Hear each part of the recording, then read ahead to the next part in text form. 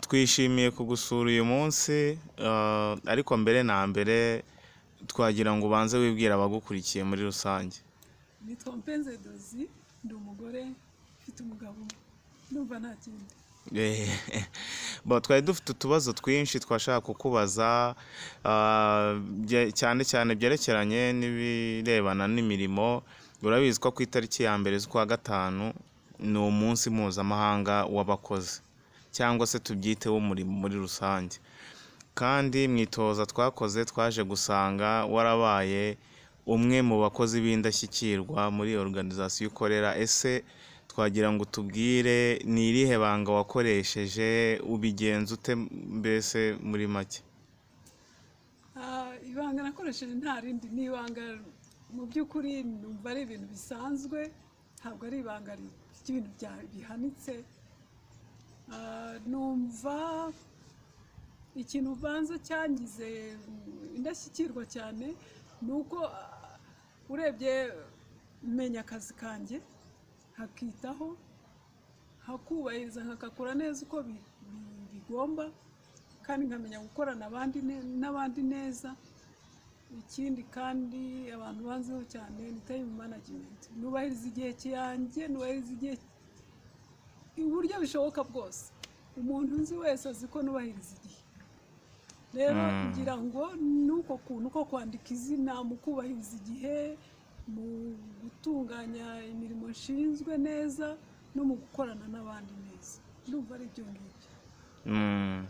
None se ubu nkatwe tugukurikiye cyangwa n'abagukurikiye bose, ni iyihe nama wagira abantu muri rusange ku buryo tubasha natwe kuba twakora imirimo yacu nk'indashyikirwa? Urakoze cyane, icyo ni ikibazo cyiza. Mu by'ukuri buri mukozi wese agira intego yihaye cyangwa se imihigo.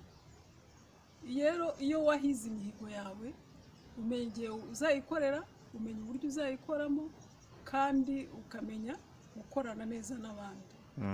Ikintu cya mbere rero ugomba gukora, iyo wahize imihigo, uzi igihe uzayikorera, uba ugomba kumenya gupanga ibikorwa byawe bya buri munsi.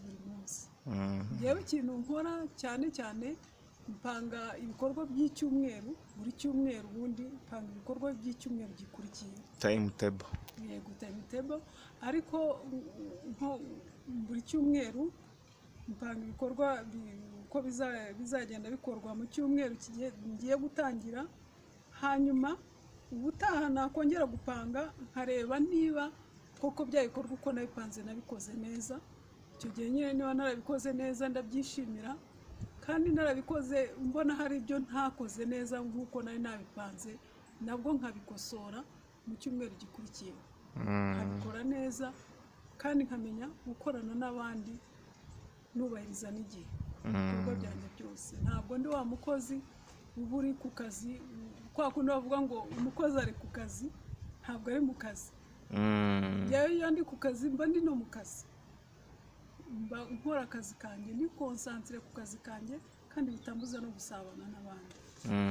Ndumva ari ibyo banga nabo bakoresha bakazaba indashyikirwa nkanjye. Urakoze cyane.